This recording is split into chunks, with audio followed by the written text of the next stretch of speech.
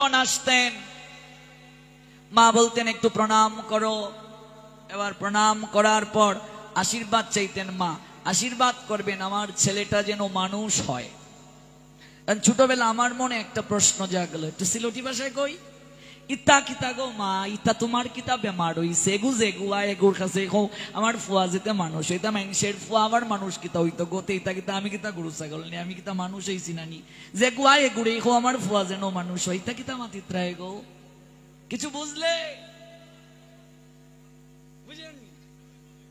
Translate করতে হবে।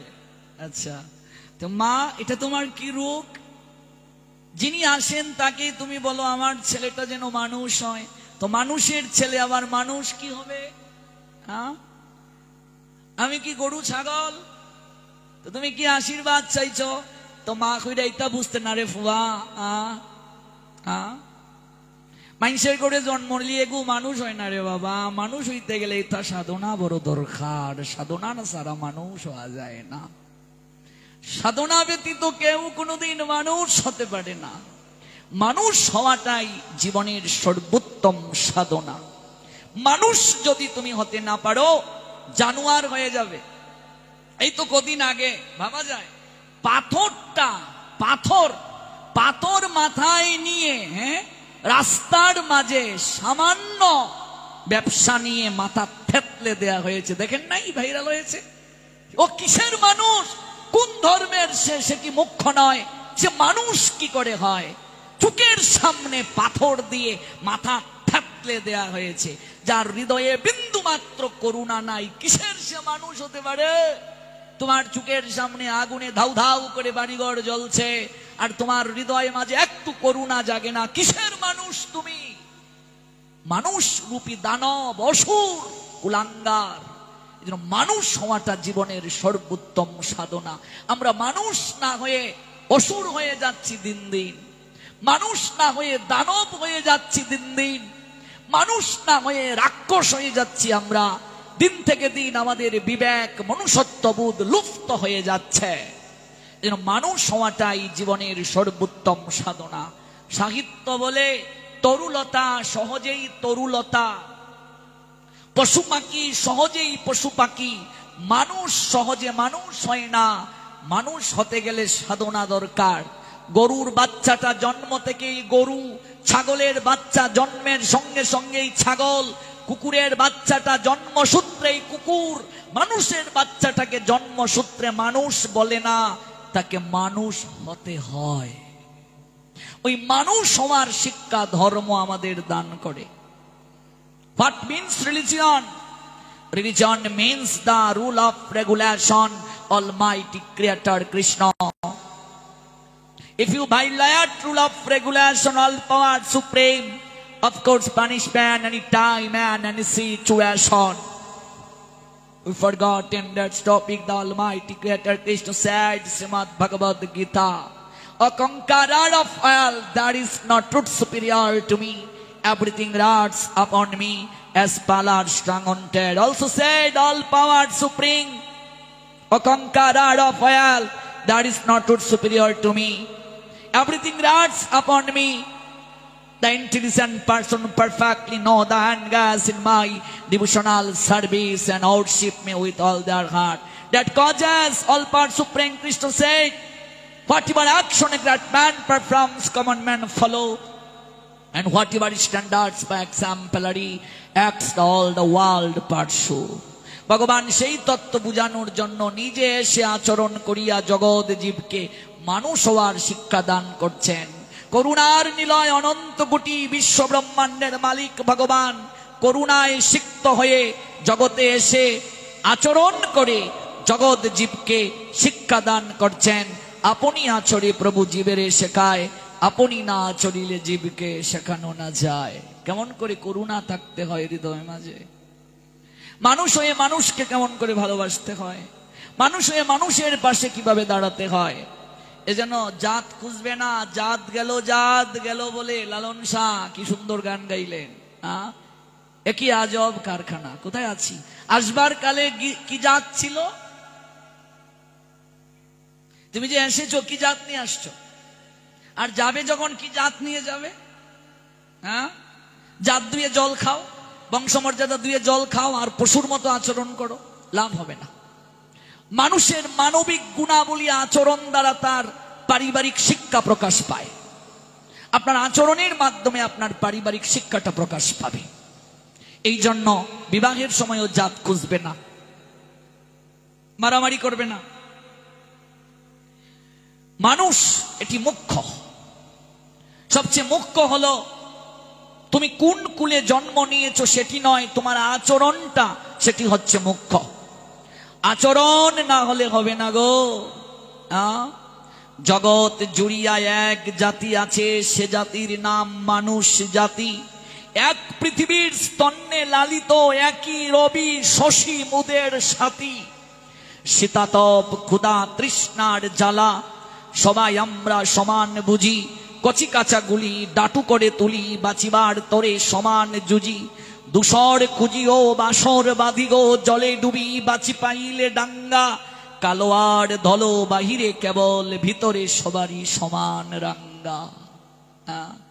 ভাবুন তো, অনুভব করুন, কে মুসলমান, কে খ্রিস্টান, কে বৌদ্ধ, কে ওই নাইজেরিয়ার কালো বর্ণের লোকটা, আফ্রিকার কালো বর্ণের লোকটা, আমেরিকার সাদা বর্ণের লোকটা, গায়ের বরণ সাদা, ফর্সা, সবার চামড়া যখন কাটবে রক্তটা কি বের হবে?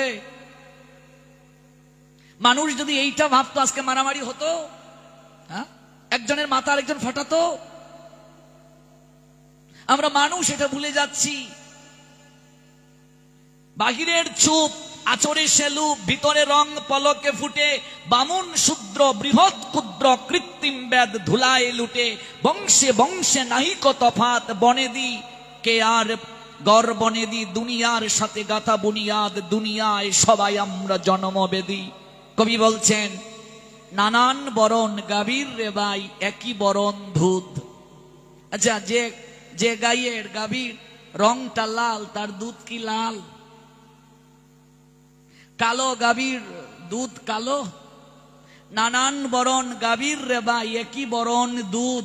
জগৎ ভরিয়া দেখলাম একই মায়ের পুত। পুত বুঝেন তো? ছেলে। মানুষ ভুলে গেছে এই তথ্য। আচ্ছা, মানুষ আর কুকুরের, পশুর যদি আলাদা একটা স্বভাব না থাকে, সব যদি এক হয়ে যায়, তাহলে মানুষ শ্রেষ্ঠ স্রষ্টার জীব, এটা বুঝবো কি করে? একটা লোক রাস্তা দিয়ে যাচ্ছে, একটা কুকুর এসে তার পায়ের মাঝে কামড় দিয়ে দিল। কুকুর আসিয়া এমন কামড় দিল, পথিকের পায়ে কামড়ের চুটে 20 দাঁত ফুটে 20 লেগে গেল তাই। বুঝতে পেরেছো মা? একটা লোক রাস্তা দিয়ে যাচ্ছে, একটা পাগলা কুকুর এসে পায়ের মাঝে ছট করে কামড় দিয়ে দিয়েছে। দুইজনকে দেখে কখনো দৌড় দেবে না। একজন হলো পুলিশ আর একজন হলো কুকুর। পুলিশ দেখে দৌড় দিচ্ছ, ভাবে নিশ্চয় একটা গন্ডগোল আছে, নতুবা দৌড়াবে কেন, ভয় পাবে কেন আমায় দেখে? আর কুকুরকে দেখে যদি দৌড়াও, তাহলেও তোমার পিছনে কুকুর ভাবে চুর, দৌড়াবে। আর কিছু মানুষ রূপী কুকুর আছে, দেখবে কুকুরকে দেখলেই ঢিল মারে। আচ্ছা, দরকারটা কি বলুন তো? কুকুরটা শুয়ে আছে, তোর ঢিল দেওয়ার দরকারটা কি? কিছু মানুষ রূপী কুকুর দেখবে, ওই কুকুরের মুখের মাঝে একটা বোতল ঢুকিয়ে দিয়েছে। ওই আমাদের কালী পূজায় আতশবাতি কুকুরের মাঝে ফুটিয়ে দিয়েছে। আচ্ছা বলুন তো কি অবস্থা? বাতের গরম ফ্যানটা কুকুরের উপরে দিয়ে দিয়েছে। আচ্ছা বলুন তো, যে এই কাজগুলো করে সে মানুষ না কুকুর থেকে নিকৃষ্ট? ভাদ্র মাসে কুকুর বংশ বিস্তার করে। আচ্ছা, কুকুর কুকুরের সঙ্গে যৌন সঙ্গ করছে, তোমার সমস্যাটা কোথায়? তুমি গিয়ে তাকে বাড়ি দিচ্ছ, সমস্যাটা কি? মানুষ থেকে তো কুকুর ভালো। কুকুর বছরে একবার যৌন সঙ্গ করে, আর মানুষ তো তিথি নক্ষত্র মানে না। মানুষ থেকে তো পশু উৎকৃষ্ট। পশু কখনো বংশ বিস্তার ছাড়া, বাচ্চা উৎপাদন ছাড়া যৌন মিলন করে না। মানুষ তো পশু থেকে নিকৃষ্ট। তাহলে পশু, একটা হাঁস যৌন সঙ্গ করছে, সঙ্গে সঙ্গে দেখবে আবার স্নান করে নিচ্ছে জলের মাঝে। ব্যাঙ বর্ষায় যৌন সঙ্গম করে, এটাকে বলে হাইবারনেশন সিস্টেম। ব্যাঙের বৈজ্ঞানিক নাম, আমি তো সায়েন্সেরই প্রথম স্টুডেন্ট ছিলাম, তারপর বাংলায় পড়াশোনা করেছি। বুফু মেলানোস্টিকটাস ব্যাঙের, কোন ব্যাঙের বৈজ্ঞানিক নাম বুফু মেলানোস্টিকটাস। একটা কোনো ব্যাঙ বর্ষায় যৌন সঙ্গ করছে, বাকি সময় তো তার কোনো সমস্যা নাই। তোমার সমস্যাটা কি? কুকুর যৌন সঙ্গ করছে, তুমি গিয়ে ঢিল দিচ্ছ। বিজ্ঞান বলছে কুকুর যখন যৌন সঙ্গম করে, কেউ যদি ঢিল দেয়, তখন সে যখন চলে যাওয়ার চেষ্টা করে, তখন তার যৌনাঙ্গ আটকে যেতে পারে, তার মৃত্যু হতে পারে। কুকুর দেখে তাকে ঢিল মারার দরকারটা কি? কুকুর কুকুরের ভয় আছে। আচ্ছা, একটা পাগলা কুকুর, তার কথা আলাদা। সে এসে একটা কামড় দিয়ে দিল একটা পথিক তার পায়ের মাঝে। কামড়ের চুটে 20 দাঁত ফুটে 20 লেগে গেল তাই। এই কবিতা কে লিখলেন? সত্যেন্দ্রনাথ দত্ত। এই সত্যেন্দ্রনাথ দত্ত তিনি সাধারণ কোনো কবি নয়। 1882 সালের 11 ফেব্রুয়ারি কলকাতার নিকটবর্তী নিমতা গ্রামে তার জন্ম। তার পৈতৃক নিবাস ছিল বর্ধমানের চুপি গ্রামে। পিতার নাম রজনীনাথ দত্ত, মায়ের নাম মহামায়া দেবী। 1922 সালের 25শে জুন তিনি পরলোক গমন করেন। মাত্র 40 বছর তিনি জগতে বেঁচে ছিলেন। যা দিয়ে গেলেন সাহিত্যকে, রবীন্দ্রনাথ স্বয়ং তার সম্বন্ধে লিখেছিলেন, তুমি বঙ্গভারতীর তন্ত্রী, পরে একটি অপূর্ব তন্ত্র এসেছিলে পরাপর, তবে এ শুধু প্রিয়জনের প্রশংসা নয়, এ এক ঐতিহাসিক সত্য।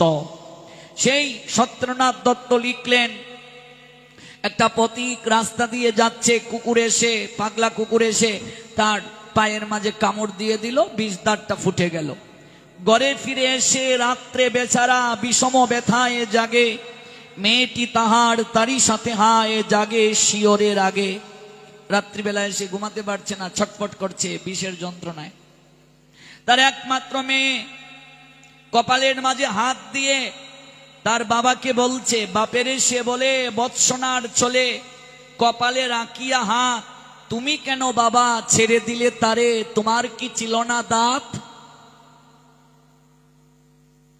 কথা বুঝলে? মেয়েটা বলছে, বাবা হ্যাঁ, একটা কুত্তা আইয়া তোমারে কামড় দিয়ে গেছে গা, তোমার দাঁত আসলো না? তুমি একটা কামড় দিলে না তারে দাঁত, তারে ফাওয়ার মাঝে? কুত্তা তোমার কামড়ে দিয়ে গেছে গা, তোমার দাঁত আসলো না? তুমি তো একটা ফাওয়ার মধ্যে কামড় দিতে পারতাই। বাপের সে বলে বৎসনা চলে কপালে রাখিয়া হাত, তুমি কেন বাবা ছেড়ে দিলে তারে, তোমার কি ছিল না দাঁত? কষ্টে হাসিয়া আর তো কহিল, তুই রে হাসালি মুরে, দাঁত আছে বলে কুকুরের পায়ে দংশি কেমন করে? বাবা বলছেন, আমি বিষের যন্ত্রণায় বাঁচতেছি না রে মা, আর তুই আমারে এমন কথা কইলে আমার হাসি পাইছে। আমার দাঁত আছে দেখে কুকুরে আমি কামড় দিই কি কইরা? হ্যাঁ, দাঁত আছে বলে কুকুরের পায়ে দংশি কেমন করে? কুকুরের কাজ কুকুর করেছে, কামড় দিয়েছে পায়, তা বলে কুকুরের কামড়ানো কিরে মানুষের শোভা পায়? হ্যাঁ, কুকুরের কাজ কুকুর করেছে, কামড় দিয়েছে পায়ের মাঝে, তাই বলে মানুষকে কুকুরকে কামড়াবে? এটা তো হতে পারে না। আপনার সঙ্গে কেউ যদি খারাপ আচরণ করে, এটা তার পারিবারিক শিক্ষা। এটার প্রতিদানে আপনি তার সঙ্গে কি করবেন, এটি আপনার পারিবারিক শিক্ষা, এটি আপনার বংশের শিক্ষা, আপনার একাডেমিক শিক্ষা, মনুষ্যত্বের শিক্ষা। মানুষ হয়ে মানবিক যে আচরণ গুণাবলী গ্রহণ করলেন, তার শিক্ষা। এজন্য মানুষ হওয়াটাই জীবনের সর্বোত্তম সাধনা।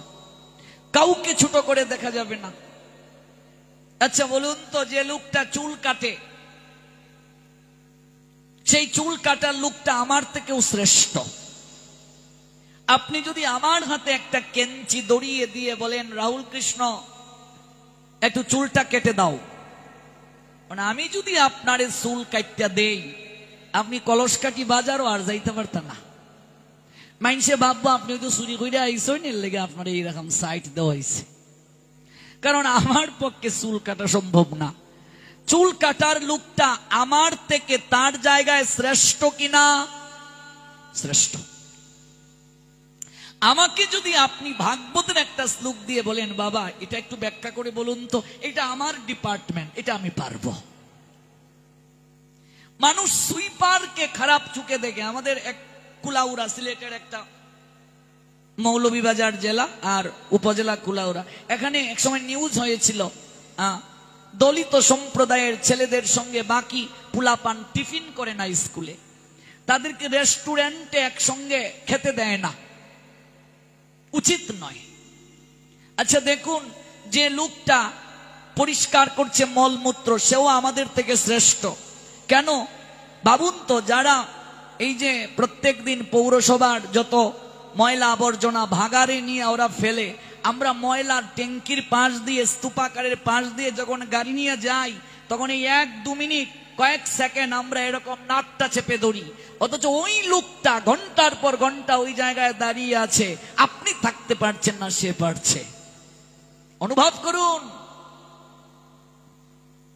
কবি বলছেন মেথরকে উদ্দেশ্য করে, কে বলে তোমারে বন্ধু অস্পৃশ্য অসুচি, সুচিতা ফিরেছে সদা তোমারই পিছনে, তুমি আছো গৃহবাসে তাই আছে রুচি, নহিলে মানুষ বুঝি ফিরে যেত বনে। মেথরকে বলছেন তুমি যদি পরিষ্কার পরিচ্ছন্ন না করতে, তাহলে মানুষ আর এই ঘর বাড়িতে থাকতে পারতো না, বন জঙ্গলের দিকে দৌড় দেওয়ান তাদের পরিবেশ হতো। ঘৃণার নাহিক কিছু স্নেহের মানবে হে বন্ধু, তুমি একা জেগেছ সে বাণী, নির্বিচারে আবর্জনা বহ অহর্নিশ, নির্বিকার সদা সূচি তুমি গঙ্গা জল, নীলকণ্ঠ করেছেন যেমন পৃথিবীরে নির্বেশ, আর তুমি তারে করেছ নির্মল। এসো বন্ধু এসো বীর, শক্তি দাও চিতে, কল্যাণের কর্ম করো লাঞ্ছনা সহিতে। নীলকণ্ঠ কার নাম? মহাদেবের নাম। মহাদেব সমুদ্র মন্থনের সময় বিষ গ্রহণ করলেন, কোন দেবতা বিষের ভাগ নিতে চায় না, সবাই কয় আমরা অমৃত পাবো, অমৃত অমৃত, বিষটা কে নেবে? মহাদেব তখন বললেন আমায় দাও বিষ, আমি গ্রহণ করব। মহাদেব যেমন পৃথিবীর জঞ্জালকে কণ্ঠে ধারণ করে পৃথিবীকে মুক্ত করলেন, দেখুন কবি কি সুন্দর কথা বলছেন, মেথরদেরকে উদ্দেশ্য করে, আবর্জনা যারা পরিষ্কার করে তাদেরকে উদ্দেশ্য করে, তোমরাও পৃথিবীর জঞ্জাল সাফ করছো, তোমরা নীলকণ্ঠের ন্যায়। কে বলে তোমাদেরকে অসুচি? কে বলে তোমাদেরকে অস্পৃশ্য? এই কথাগুলো শাস্ত্রের বাহিরে নয়, আমাদের গীতায় ভগবান বলছেন যেদিন মানুষ কুকুর চণ্ডাল ব্রাহ্মণের মাঝে একই আত্মা ভগবানের অংশ অবস্থান করছে অনুভব করতে পারবে, সেদিন বুঝবে সে মানুষ হওয়ার শিক্ষা গ্রহণ করেছে। গৌর প্রেমানন্দে। যেদিন মানুষ অনুভব করবে কুকুরটার ভেতরেও ভগবান আত্মারূপে অবস্থান করেন, চণ্ডালের ভেতরেও মানুষ আত্মারূপে আছেন, মানুষটার মাঝে আত্মারূপে আছেন ভগবান। আছো অনল অনিলে চিরনবু নীলে, ভূদর সলিল গহনে, আছো বিটপি লতায় জলদের গায়ে, শশী তারকায় তপনে। হে প্রভু, হে ভগবান, তুমি অনলে আছো, অনিলে আছো, নবনীলে আছো, ভূদর সলিল গহনে আছো, বিটপি লতায় আছো, জলদের গায়ে আছো, শশীতে তারকায় তপনে। তপন মানে বাতাস, সব জায়গায় তুমি আছো, তুমি নেই কোথায়? প্রহ্লাদকে হিরণ্যকশিপু বলেছিলেন তোর হরি আছে কোথায়? প্রহ্লাদ বললেন বাবা তিনি নেই কোথায়? তিনি নেই কোথায়? ভাগবতে আছে, তোর হরি কোথায় আছে? প্রহ্লাদ বললেন তিনি নেই কোথায় বাবা? সর্বত্র তিনি আছেন, সর্বত্র আছে তিনি। এই ফটিক স্তম্ভের মাঝে তোর হরি আছে। প্রহ্লাদ বললেন বাবা আছেন, তুই দেখতে পাচ্ছিস তো, আমি কেন দেখতে পাচ্ছি না? প্রহ্লাদ বললেন বাবা যেদিন তুমি আমার মতো প্রাণ দিয়ে হরিকে ভালোবাসতে পারবে, যেদিন তুমি আমার মতো তাকে প্রেম নিবেদন করতে পারবে, যেদিন তুমি আমার হরিময় বাবা, জগতের সব জায়গায় ভগবান হরি আছেন, সর্বত্র ভগবানের নিবাস। আমাদের মাঝে অজ্ঞানতা, এই জন্য আমরা এটা আমার বাড়ি এই ভাব, এটা আমার আত্মীয় স্বজন। আর যারা জ্ঞানের স্তরে পৌঁছে গেছে, যারা অধ্যাত্ম জ্ঞান লাভ করেছে, ওরা তখন ভাবে এই জগৎটাই আমার আত্মীয়, আত্মীয় সবাই ভাই, আত্মার সম্বন্ধে আত্মীয়তা নাই হয় মায়াময় গন্ধে। এটা কার হবে? যে জ্ঞান প্রাপ্ত হবে। উপরে যত উঠবে নিচে সব কিছু সমান মনে হবে গো, আর যত নিচে থাকবে সবার মাঝে অসমান দেখবে। দুর্যোধন আর যুধিষ্ঠিরকে পাঠালেন তার গুরুদেব দ্রোণাচার্য, যাও দুর্যোধন, যাও যুধিষ্ঠির, জগতে সবচেয়ে অধম পতিত লোক ধরে নিয়ে আসো। দুর্যোধন বলে উঠল, গুরুদেব এটা একটা পরীক্ষা হলো, আমার থেকে তো সবাই অধম, এই জগতে আমার থেকে সবাই তো অধম, আমি তো কেবল উত্তম, এটা একটা পরীক্ষা হলো, যে কাউকে ধরে নিয়ে আসবো। দুজন গেলেন, পরিভ্রমণ করে যুধিষ্ঠির এলেন। যুধিষ্ঠির, তুমি যে একা এলে, কাউকে নিয়ে এলে না?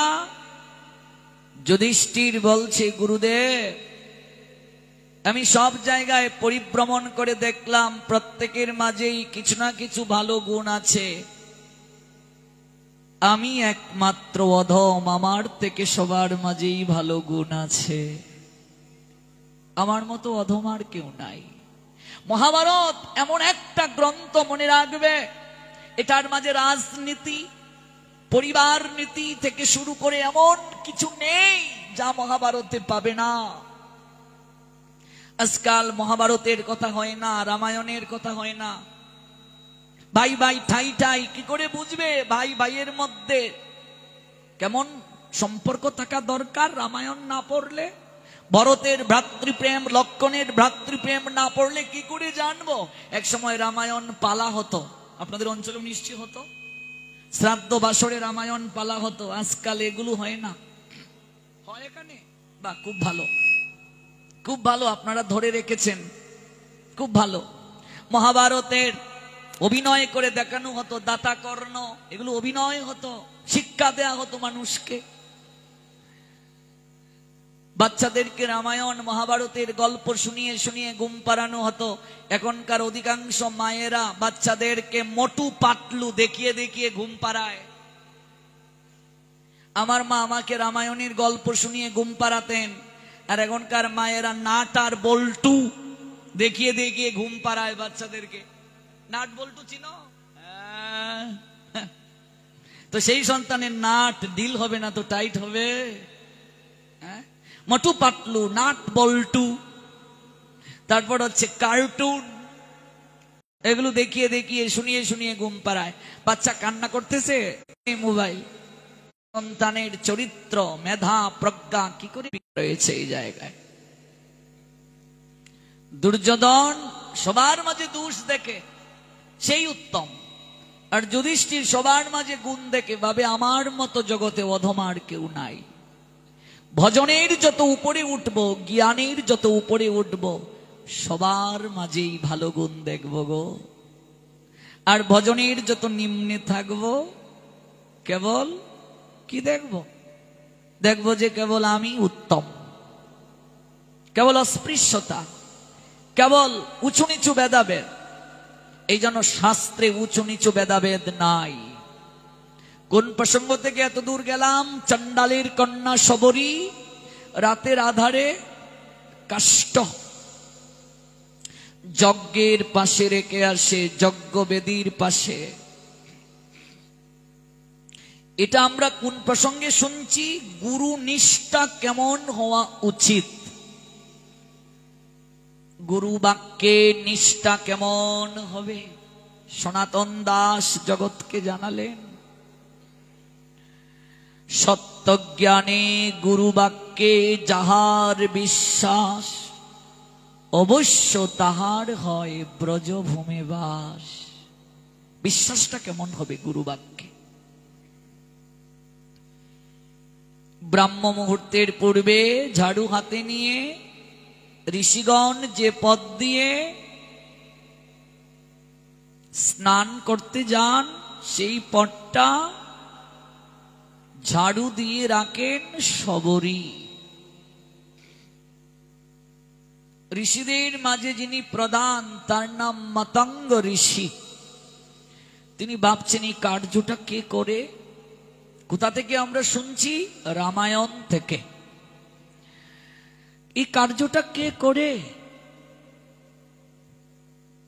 আমার জানা দরকার।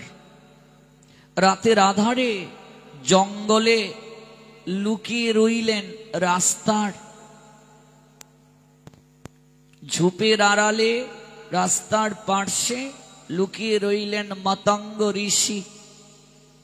কে কার্যটা করে একটু দেখা দরকার। শবরী কাষ্ঠের বোঝা যজ্ঞবেদীর পাশে রেখে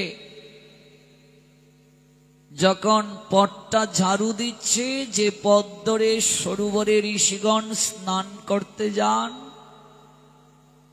পিছন থেকে মাতঙ্গ ঋষি বলছেন, কে তুই মা? কে কে এখানে? চণ্ডাল কন্যা শবরী ভয় পেয়ে বলছে, ঋষিবর আপনি আমায় অভিশাপ দেবেন না, আমি চণ্ডালীর কন্যা। ঋষিবর আমি প্রতিদিন কাষ্ঠ যজ্ঞ বেদীর পাশে রেখে যাই, আমি হাতে ঝাড়ু নিয়ে ঝাড়ু দেই রাস্তা। রাতের আধারে কেন করিস রে? আমি যে চণ্ডালীর কন্যা। যদি ঋষিগণ জানেন এই কাষ্ঠ কখনো তারা যজ্ঞে ব্যবহার করবেন না। কে বলেছে মা? চণ্ডালীর কন্যা তুই কাষ্ঠ নিয়ে এসেছিস বলে এই কাষ্ঠ যজ্ঞে লাগবে না। ওরে, ভগবানের কাছে সবাই তার সন্তান রে, উঁচু নিচু কোনো ভেদাভেদ নেই। এগুলো মানুষ বানিয়েছে রে, মানুষ তৈরি করেছে রে। অন্য ঋষিদের মাঝে যদি থাকে ওরা প্রকৃত জ্ঞান প্রাপ্ত হয়নি রে, আমার মাঝে এটি নেই। তোকে আমি অভিশাপ কেন দেব? তোকে তো আমি আশীর্বাদ দেব। আমার কাছে আয় মা। কি চাস তুই আমার কাছে? তুই রাতের অন্ধকারে সাধু সেবা করছিস রে, ভগবানের সন্তুষ্টির জন্য যজ্ঞের মণ্ডপে তুই কাষ্ঠ রেখে যাচ্ছিস। কি চাস তুই আমার কাছে? ঋষিবর আমি কিছু প্রাপ্তির জন্য এই সেবা করছি না। এই জীবন প্রাপ্তি তো গুরু বৈষ্ণব ভগবানের সেবার জন্য, সাধু সেবার জন্য। ঋষিবর আমি কিছু চাই না। তোর কত সততা রে, তুই আমায় তোর আচরণ দ্বারা মুক্ত করলি। যা স্নান করে আয় সরোবরে, আমি তোকে দীক্ষা প্রদান করব। আপনি আমায় দীক্ষা দেবেন? আমি চণ্ডালীর কন্যা, আপনি আমায় দীক্ষা দেবেন? যা মা, যা স্নান করে আয়। কাঁদতে কাঁদতে শবরী জলে স্নাত হয়ে মাতঙ্গ ঋষির চরণে এসে প্রণাম দিল। ঋষিবর তাকে মন্ত্র দান করে বলছেন, মারে এই নিয়ে মন্ত্র, বসে বসে কায় মনোবাক্যে ধ্যান করবি। দেখবি একদিন না একদিন রঘুপতি ভগবান শ্রীরামচন্দ্র তোর কুটিরে আসবে, তোকে কৃপা করার জন্য আসবে। গুরুদেব আপনি আমার কাছে জিজ্ঞেস করেছিলেন আমি কিছু চাই কিনা। আমি কিচ্ছু প্রাপ্তির জন্য সেবা করিনি, কিন্তু গুরুদেব আমার হৃদয়ে একটা লালসা, আপনি আমায় কৃপা করলেন, তাহলে আমার আরেকটা ভিক্ষায় আপনি গ্রহণ করুন। জগৎ জীব যেন জানতে পারে চণ্ডালের হাতেও প্রভু আহার গ্রহণ করে। জগৎ জীব যেন জানতে পারে ভক্তি আর প্রেম মাখিয়ে কেউ যদি ভগবানের মুখে কিছু তুলে দেয়, ভগবান কখনো তা ফিরিয়ে দেন না। আমি যেন রঘুপতি শ্রীরামচন্দ্রের বদনে আমি একটু নৈবেদ্য তুলে দিতে পারি। গুরুদেব, যেন আমার দেহ থেকে প্রাণ উড়ে যাওয়ার পূর্বে হলেও একবার এই চণ্ডালের কন্যা রঘুপতি রামচন্দ্রের চরণ দর্শন করে মরতে পারে। নিজের হাতে যেন তার বদনে একটু নৈবেদ্য তুলে দিতে পারে। আপনি আমায় এই কৃপা করুন। শবরীকে বললেন, মা, তোর মনোবাঞ্ছা পূরণ হোক, তোর মনের ইচ্ছা পূরণ হোক। মা, আমি তোকে আশীষ দিয়ে যাচ্ছি, গুরু বাক্য কোনোদিন মিথ্যে হবে না, তুই বসে বসে ধ্যান কর। মা, শবরী মন্ত্র প্রাপ্ত হয়ে গুরু বাক্য নিষ্ঠা সহকারে গ্রহণ করে সাধনায় নিমগ্ন হয়ে গেল। শৈশব কেটে কৈশোরে, কৈশোর কেটে যৌবনে পড়ল শবরী। প্রতিদিন কানন থেকে পুষ্প চয়ন করে ভক্তি আর প্রীতির সুতো দ্বারা মালা গেতে থরে ভিতরে সাজিয়ে রাখে। কবে শ্রীরামচন্দ্র আসবেন আর সেই মালাটা শবরী তার গলায় পরিয়ে দেবে। প্রতিদিন ফল চয়ন করে পরখ করে দেখে কোন ফলটা মিষ্টি আর কোন ফলটা টক। মিষ্টি ফলগুলো তরে ভিতরে সাজিয়ে রাখে, প্রভুর মুখে তুলে দেবে। কৈশোর যৌবন তাও চলে গেল। প্রতিদিন সাজিয়ে রাখে আশ্রম প্রাঙ্গণটা, যে পথ দিয়ে প্রভু প্রবেশ করবেন ওই পথটা পুষ্প সজ্জা করে রাখে, প্রভুর চরণে যেন ব্যথার সঞ্চার না হয়। অজুর ধারায় কাঁদে।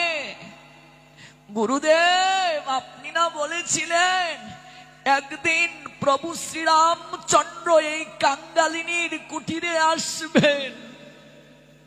আমি নিজের হাতে তার মুখে নৈবেদ্য তুলে দেব। গুরুদেব, আমার যৌবনও যে যায় যায়, প্রভু তো আর এলেন না। আজ শবরী সময়ের পরিক্রমায় বৃদ্ধা, লাঠি ছাড়া বের হতে পারে না।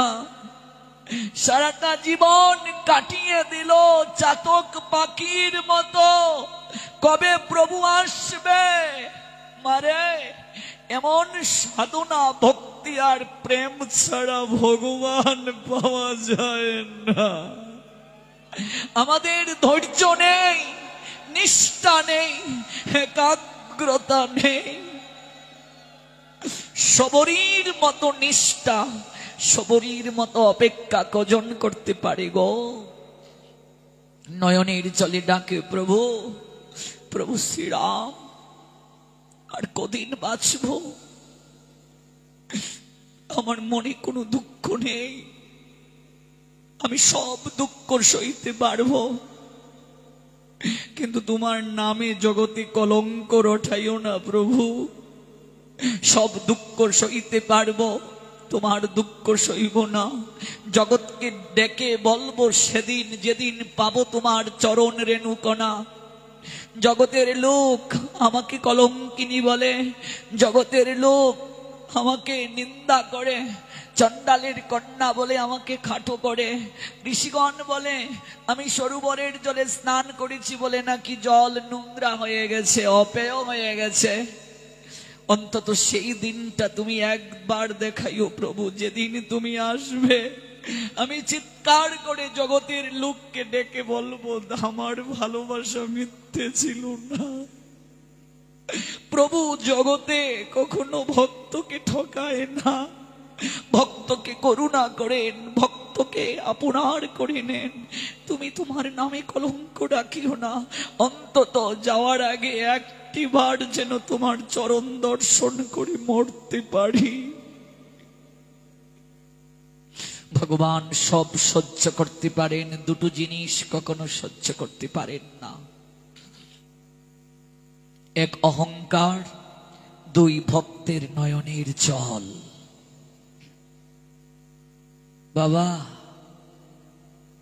নয়নের জলে নয়ন অভিরাম গোবিন্দ বশীভূত, কি দেব তাকে? কি দেয়ার আছে বলো? ধন সম্পদ, ধন সম্পদের দেবী লক্ষ্মী তার চরণ সেবা করেন, আমি ধন দেব তাকে? কি আছে আমার? আমি তো ল্যাংটা এসেছি, যাব ল্যাংটা, সব রেখে যাব। এই সকল কিছু তো তারই দান, তাকে কি দেব? কি নেই তার? অনন্ত কোটি বিশ্ব ব্রহ্মাণ্ডের মালিক যিনি, সর্বশক্তিমান যিনি, কি দেব তাকে? ভগবান বললেন আমার সব আছে, আমি কেবল প্রেমের কাঙ্গাল, ভক্তির কাঙ্গাল। তাই যদি দিতে হয় রে মা,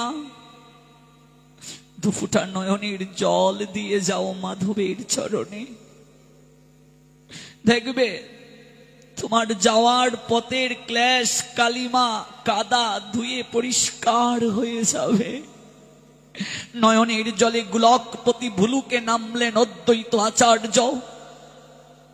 নয়নের জলার তুলসী সুরদনী গঙ্গায় অর্পণ করে কাঁদতে কাঁদতে দুহাত তুলে বলেছিলেন, প্রভু নেমে আসো। চারিদিকে মানুষ পাপাচারী, অনাচারী, বেবিচারী, এই ধরুণী মা অসুরের বিষাক্ত নিঃশ্বাসে বিপর্যস্ত। তোমাকে এই জগতের বুকে আসতে হবে, প্রভু তুমি কৃপা করে নেমে আসো। অদ্বৈত আচার্যের নয়নের জলে গোলকপতির আসন নাড়িয়ে গিয়েছিল। গোলকপতি আজ ভুলুকে নামলেন অদ্বৈতের নয়নের জলে আরাধনায়। কি দেবে? নয়নের জল। আমার কি আছে সম্বল, প্রভু তোমায় দেব। নয়নের জল, তাও তো শুকিয়ে গেছে গো। রান্না করি প্রতিদিন আমরা ভগবানকে দিই না, কত ব্যঞ্জনাদি। ও মা, ওই ব্যঞ্জনাদির মাঝে কতটা প্রেমার ভক্তি মাখিয়ে দিতে পারলে তাই প্রভু গ্রহণ করেন। এজন্যই তো ভোগারতিতে গাই আমরা, নাহি জানি পরিপাটি, না জানি রন্ধন, সুখা রুখা এক মুষ্টি করহ ভোজন। কিচ্ছু জানি না, তোমার সেবা আমি কি করে জানবো? সে তো রাধারানী জানেন, ব্রজবাসীগণ জানেন, সে তো নন্দরানী জানেন, সে তো শচী জননী জানেন, আমি কি জানি? হে কাঙ্গালের ঠাকুর, তুমি কাঙ্গাল জেনে এসেছ, কাঙ্গাল গৃহে উপবেশন করেছ, কাঙ্গাল জেনে তুমি আজ ভোজন গ্রহণ করো। এই যে নিবেদন, এই যে নিজেকে উৎসর্গ করা, এটি শ্রেষ্ঠ। সবরই কাঁদে, নয়নের জলে আর স্থির থাকতে পারলেন না প্রভু। কৃপা হলো, ব্রাতা লক্ষণকে নিয়ে সবরী এসে সবরীর কুটিরের সম্মুখে এসে দাঁড়ালেন প্রভু শ্রীরামচন্দ্র। সবরী কে? এত মধুমাখা স্বরে আমায় ডাকছে। লাঠিতে বর দিয়ে সবরী কুটির থেকে বাইরে বের হলো। কে? আমায় চিনতে পারুনি?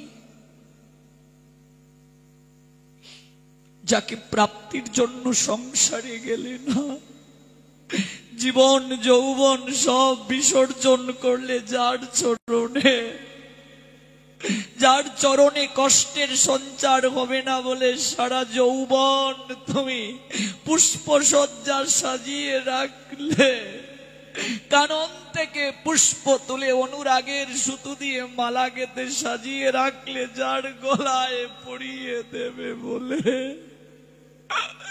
কত ফল পরখ করে মিষ্টি ফলটা তুমি সাজিয়ে রেখেছো যার বদনে তুলে দেবে বলে, যাকে চিনতে পারছো না আমি তোমার রঘুপতি শ্রীরামচন্দ্র।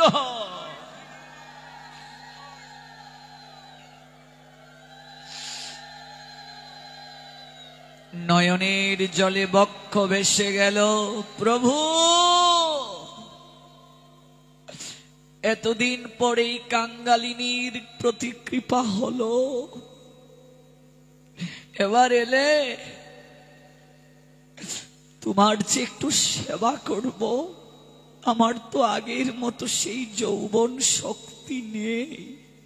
তাকিয়ে দেখো কত পুষ্পের মালা সাজিয়ে রেখেছি, শুকিয়ে গেছে। সবরি পুষ্পের সুঘ্রাণ নষ্ট হয়ে গেছে, শুকিয়ে গেছে। কিন্তু ওই পুষ্প দিয়ে মালা গাঁথার সময় তুমি যে প্রেমার ভক্তি মাখিয়ে দিয়েছিলে, আমি দেখতে পাচ্ছি আজও সেই পুষ্পের প্রেম ভক্তি শুকিয়ে যায়নি। তুমি সেই পুষ্পটাই আমার গলায় পরিয়ে দাও। সবরি পুষ্প এনে প্রভুর গলায় পরালো, আজ ভক্ত ভগবানের মিলন হলো। প্রেমানন্দে বাহু তুলে হরি বল বলো। মালা এনে পরিয়ে দিল প্রভুর গলে, গৌর প্রেমানন্দে। ফল প্রভুর বদনে দিল তুলে, জগৎ দেখলো চণ্ডালের কন্যার হাতেও প্রভু আজ গ্রহণ করছেন সেবা। প্রভুর কাছে জগতে উঁচু নিচু কেউ নেই, প্রভুর কাছে প্রভু কেবল নিরীক্ষণ করেন, তার কাছে এটি বিবেচ্য কে কতটা তাকে ভালোবাসে, কে কতটা তাকে মন দিতে পারলো, কে কতটা তাকে প্রেম ভক্তি নিবেদন করতে পারলো। প্রভু সরোবরের জল নোংরা হয়ে গেছে আমি চণ্ডালীর কন্যা স্নান করেছি বলে, কত নিন্দা কত অপমান আমি সহ্য করেছি।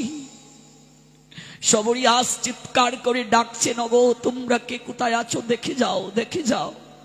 তোমরা আমায় পাগলি বলতে, তোমরা আমায় অপমান করতে, দেখো দেখো দেখো আমার প্রভু আমায় ঠকাননি। জগৎ জীবকে ভালোবাসলে মানুষ ঠকে, কিন্তু ভগবানকে ভালোবাসলে কেউ ঠকে না। ভগবান তাকে প্রতিদান দেন।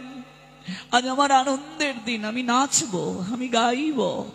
হাতটা ধরে প্রভু নিয়ে যাচ্ছেন, সবরি আসো আসো সরোবরে আসো।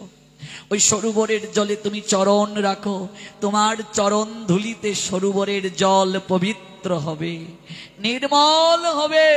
তোমার কারণে সরোবরের জল নোংরা হয়নি। যে ঋষি তোমায় দীক্ষা দিয়েছিলেন, ঋষিদের মাঝে প্রধান মতঙ্গ ঋষি, তোমাকে দীক্ষা দেওয়ার কারণে সমগ্র ঋষি সমাজ তোমার গুরুদেবকে বহিষ্কৃত করেছিল, তোমাকে নিন্দা করেছিল, ওরা চণ্ডালের কন্যা বলে। তুমি এই জলে স্নান করেছ বলে ওরা তোমায় অপমান করেছে। ওই সাধু চরণে, তোমার চরণে অপরাধ করার কারণে ওই জল নোংরা হলো। আজকে জগৎ জীব দেখবে ভক্তের চরণ দুলির ক্ষমতা কত। আজ জগৎ জীব দেখবে ভক্তের চরণ দুলির শক্তি কত। এই বলে প্রভু রামচন্দ্র নিজের হাতে সবরীকে হাতটা ধরে ওই সরোবরের জলে চরণ রাখলেন। সঙ্গে সঙ্গে জল নির্মল হয়ে গেল, পবিত্র হয়ে গেল। দোলা মাখড়ে আনন্দ হয়ে ওই না ব্রজের ধুলা, ধুলা তো নয়, ধুলা তো নয়, গোপীর পদরেণু সেই ধুলা মাখিয়া গেল নন্দের ছেলে কানু। গোপীর পদের ধুলা যদি পরে পাপীর গায়, নাচিতে নাচিতে পাপী বৈকুণ্ঠেতে যায়। গোপীর পদের ধুলা যদি পরে গঙ্গার জলে, সেই গঙ্গা পবিত্র হয় ভাগবত বলে। ধুলা মাখড়ে আনন্দ হয়ে, এই না ব্রজের ধুলা। এই হলো গুরু নিষ্ঠা। গুরু চরণে নিষ্ঠাটা কেমন, গুরু বাক্যে বিশ্বাস কেমন, এই শবরীর লীলার মাধ্যমে আমরা জানতে পারলাম। মহিমায় গুরু কৃষ্ণ এক করি জানো, গুরু আজ্ঞা হৃদে সব সত্য করি মানো। সত্য জ্ঞানে গুরু বাক্যে যাহার বিশ্বাস, অবশ্য তাহার হয় ব্রজভূমে বাস। যার প্রতি গুরুদেব হন প্রসন্ন, কোনো বিঘ্নে সেও নাহি হয় অবসন্ন। কৃষ্ণ রুষ্ট হলে গুরু রাখিবারে পারে, গুরু রুষ্ট হলে কৃষ্ণ রাখিবারে নারে। গুরু মাতা গুরু পিতা গুরু হন পতি, গুরু বিনা এ সংসারে নাহি আর গতি। গুরুকে মনুষ্য জ্ঞান না করো কখনো, গুরু নিন্দা কবু কর্ণে না করো শ্রবণ। গুরু নিন্দু কেরো মুখ কবু না হেরিবে, যথা হয় গুরু নিন্দা তথা না যাইবে। গুরুরে বিক্রিয়া যদি দেখো কখনো, তথাপি অবজ্ঞা নাহি করো কদাচন।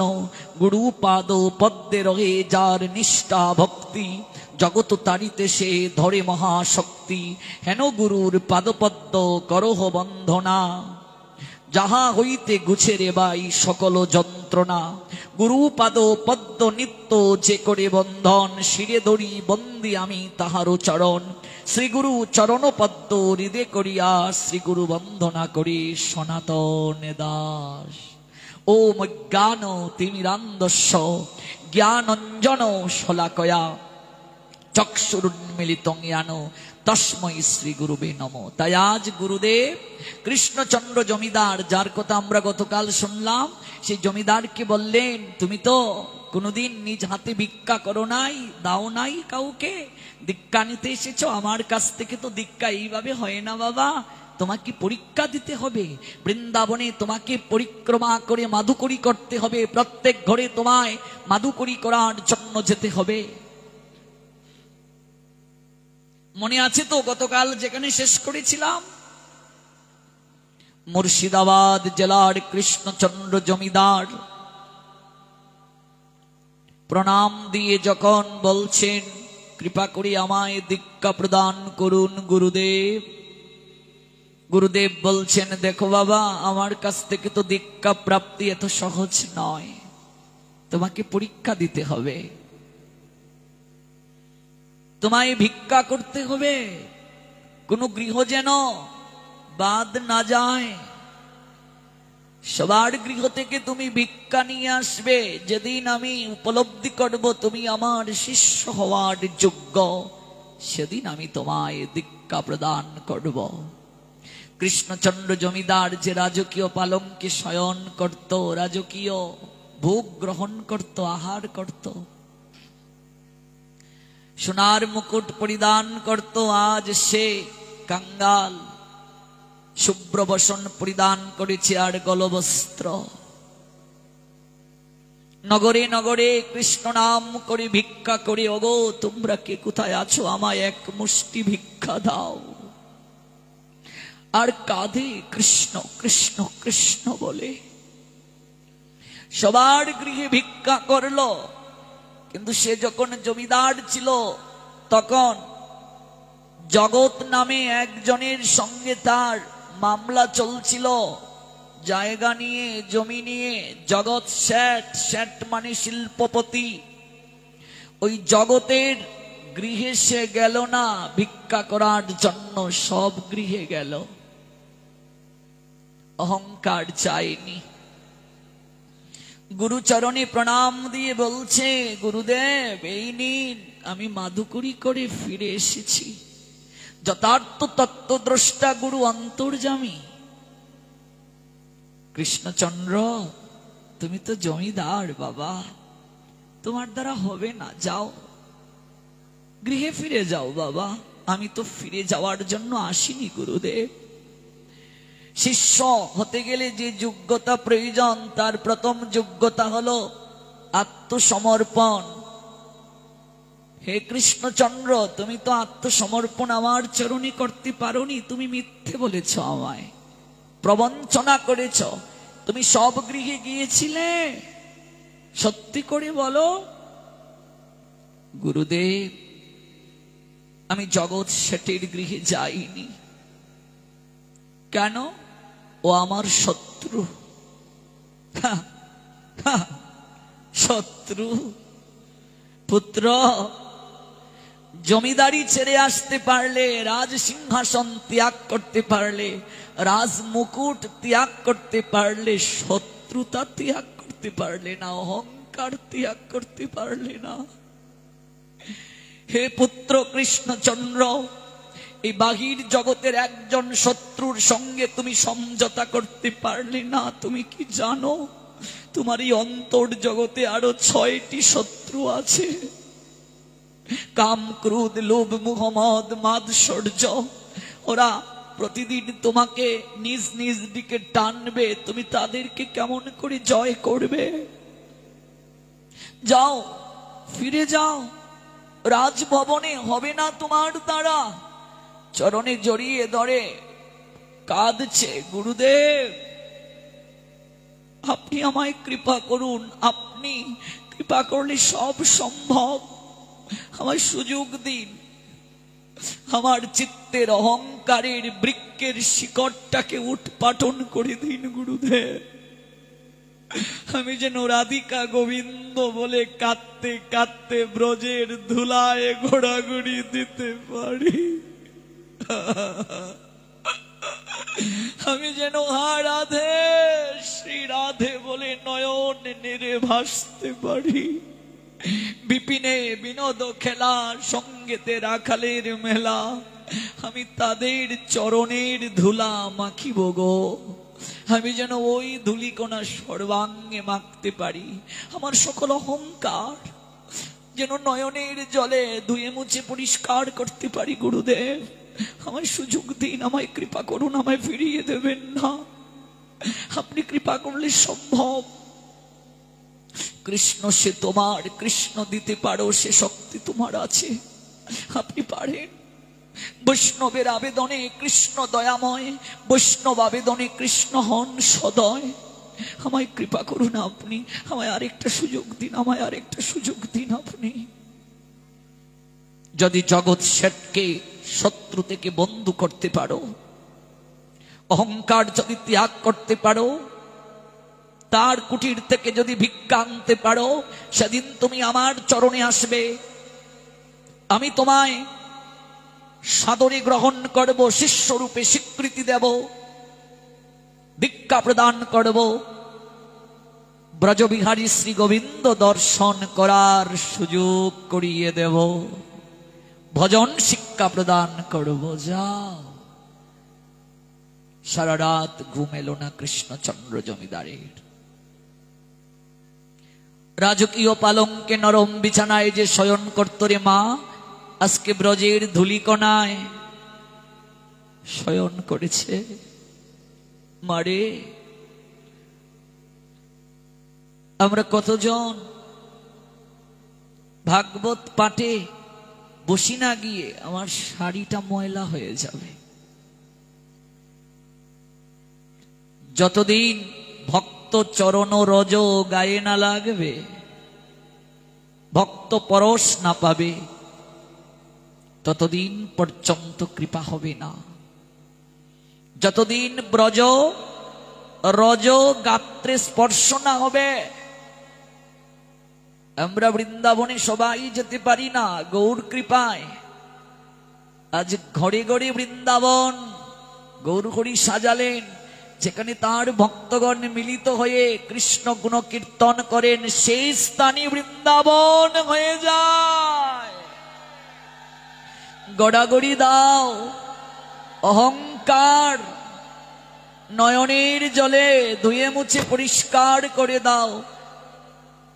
রবি ঠাকুরের ভাষায় আমার মাথা নত করে দাও হে তোমার চরণ ধুলার তলে, সকল অহংকার হে আমার ডুবাও চোখের জলে।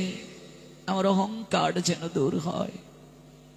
পরদিন নয়নে প্রেমাশ্রু, গলবস্ত্র, পরনে শুভ্র ধুতি, কেঁদে কেঁদে কৃষ্ণ নাম করে করে মুর্শিদাবাদ জেলার জমিদার, সারা জীবন যার সঙ্গে শত্রুতা ছিল, শিল্পপতি জগৎ অর্থাৎ জগৎ শেঠ, তার রাজ অট্টালিকার সামনে গিয়ে দাঁড়ালেন। কে আছো গো?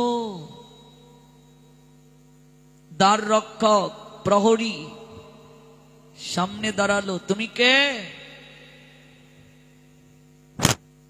আমি লালা। কৃষ্ণচন্দ্র জমিদারের আদরের নাম কি? লালা বাবু। ডাক নাম কি? লালা বাবু। আমি লালা। কোন লালা? আমাদের বাবুজির সঙ্গে এক লালার তো শত্রুতা আছে। তুমি কোন লালা? ওই লালা নামটাই আমরা শুনতে চাই না। লালা বাবু নামটা শুনলেই আমাদের শরীরে অগ্নি প্রজ্বলিত হয়, আগুনের তাপ লাগে।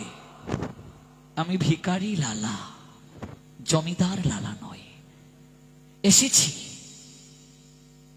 বড় আকাঙ্ক্ষা নিয়ে গো, আমায় এক মুষ্টি ভিক্ষা দাও না। তোমার বাবুজিকে গিয়ে বলো, এক ভিখারি আজ দাঁড়িয়ে দাঁড়িয়েছে এক মুষ্টি ভিক্ষা নেয়ার জন্য। তোমার সাহস তো কম নয়। আমার বাবুজি যদি সহস্তে ভিক্ষা দেবে, আমাকে রেখেছে কেন? এত চাকর রেখেছে কেন? দাস দাসী রেখেছে কেন? বাবুজির হাতে ভিক্ষা নিতে চাও, তোমার সাহস তো কম নয়। কিন্তু তোমার বাবুজি যদি আমায় ভিক্ষা না দেন, তাহলে যে আমার গুরু কৃপা হবে না। আমি যে উদ্দেশ্যে এই জগৎ সংসারে আজ কাঙ্গাল হলাম, আমার যে সেই ইচ্ছে পূরণ হবে না।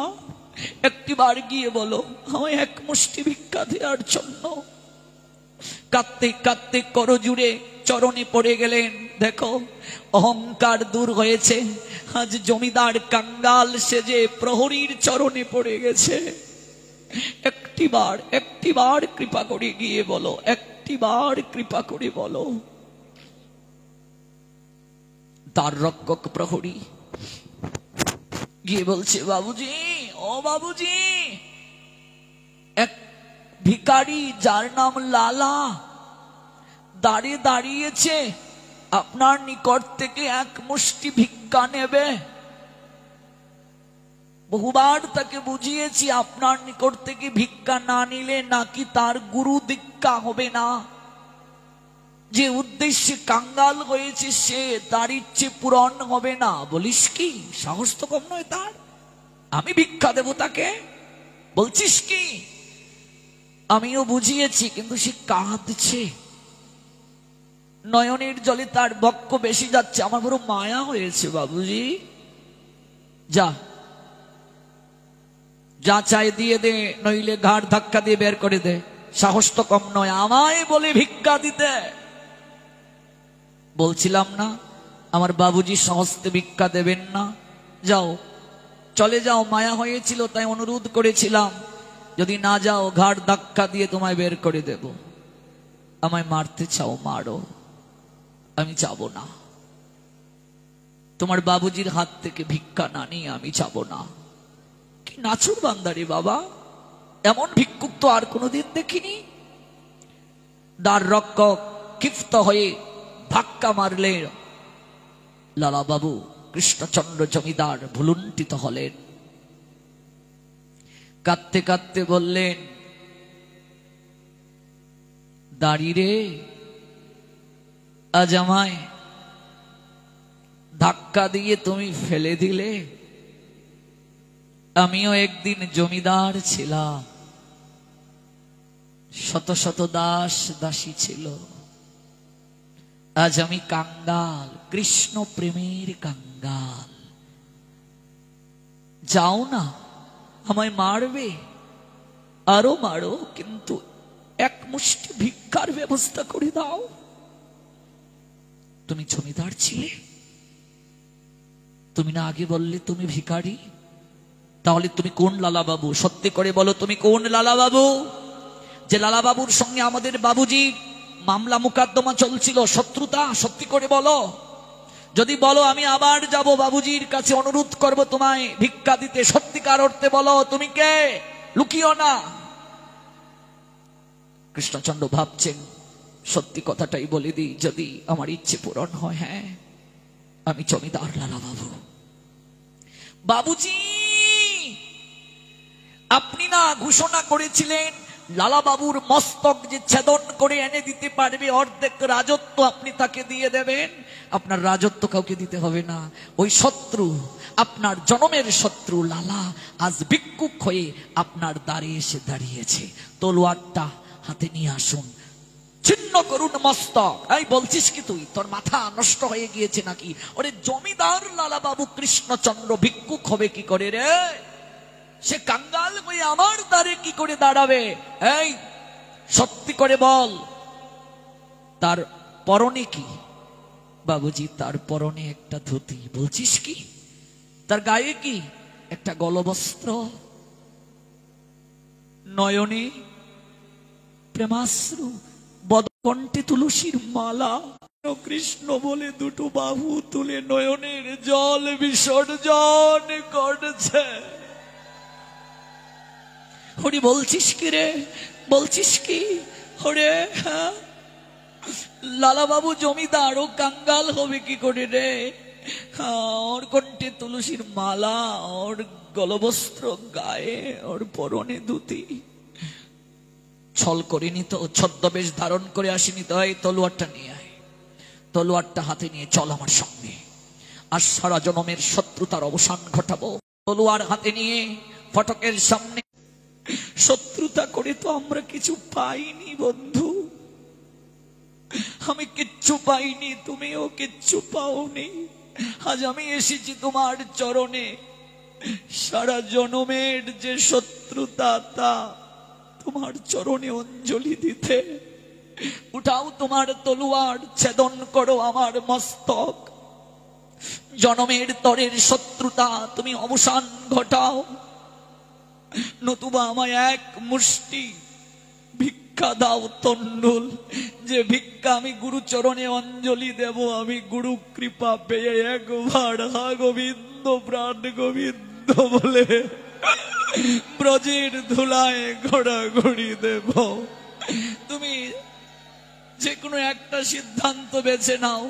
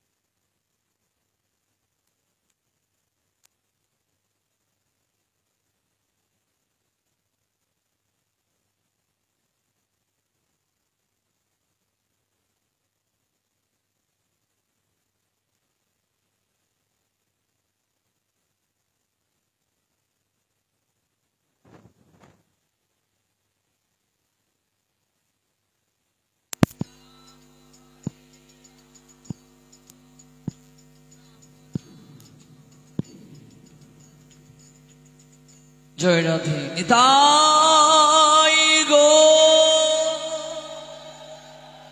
সীতানাথ প্রেমানন্দে হরি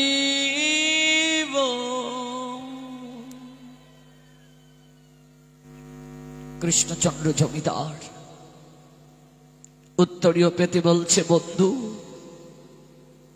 একটা সিদ্ধান্ত তোমায় গ্রহণ করতে হবে।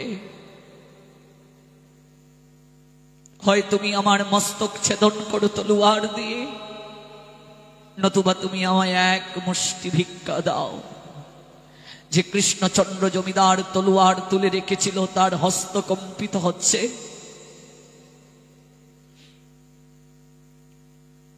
কৃষ্ণচন্দ্র জমিদার অনুরোধ করে বলছে, হয় আমায় এক মুষ্টি ভিক্ষা দাও,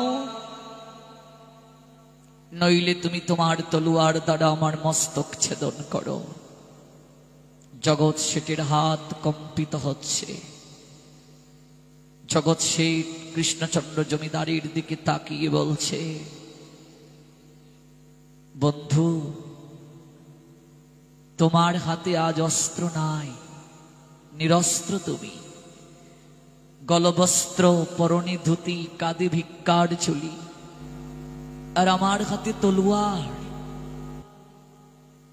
অথচ তুমি নিরস্ত্র হওয়ার পরও আমি তোমায় আক্রমণ করতে পারছি না, তোমার মস্তকটা ছেদন করতে পারছি না। এই বসনটার এমন কি শক্তি আছে বলো? ললাটে যে তুমি তিলক সেবা করেছ তার কি শক্তি আছে? কণ্ঠে মালাটার এমন কি শক্তি আছে?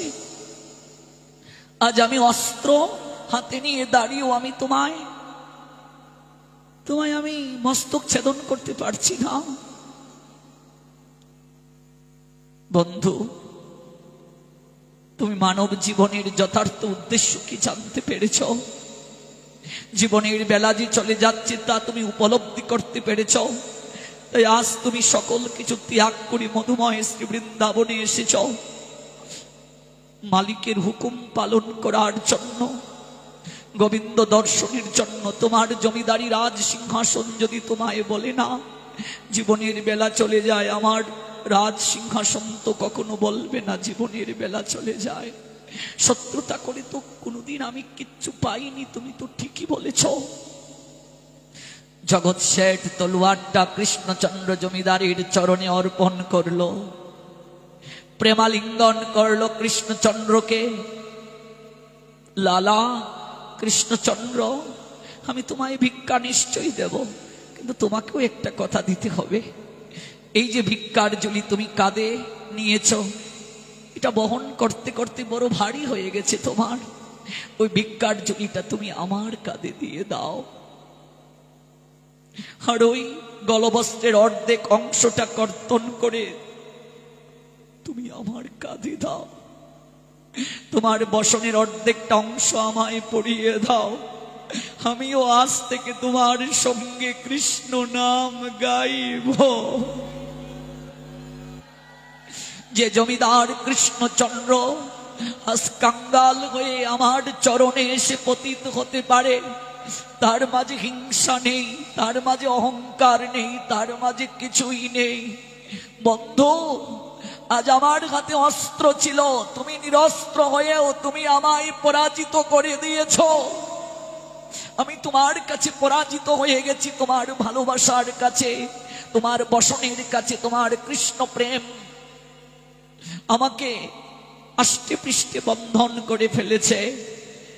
ওই জগৎ শেঠ কৃষ্ণচন্দ্র জমিদারের সঙ্গে সেও রাজ্য ত্যাগ করে মধুময় শ্রী বৃন্দাবনে চলে এলো।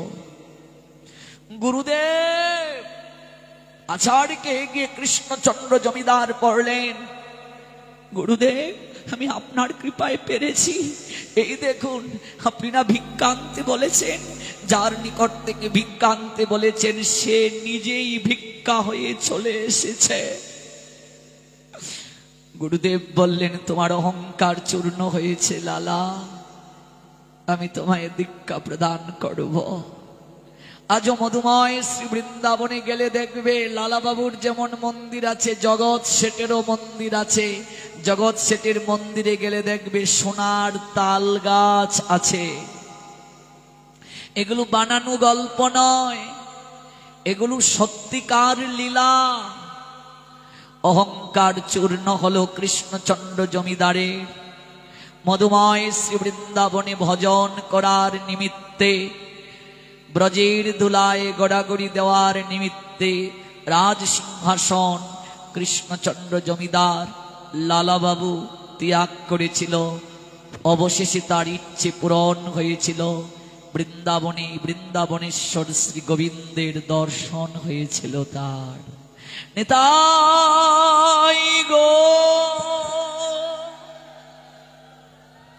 শীতনতে প্রীতি প্রেমানন্দে হরিব। এই হলো গুরু কৃপা। আজ যেখানে শেষ করছি, গুরু বৈষ্ণব ভগবানের কৃপায় আমরা সপ্তম রজনী আগামীকাল এই জায়গা থেকেই আমরা শ্রবণ করব। রাধা গোবিন্দ জিওর মন্দিরের প্রতিষ্ঠাতাকালীন সভাপতি পরলোকগত হরিপদ দাস মহোদয়, প্রধান শিক্ষক, ব্রজমোহন একাডেমি কলসকাঠি।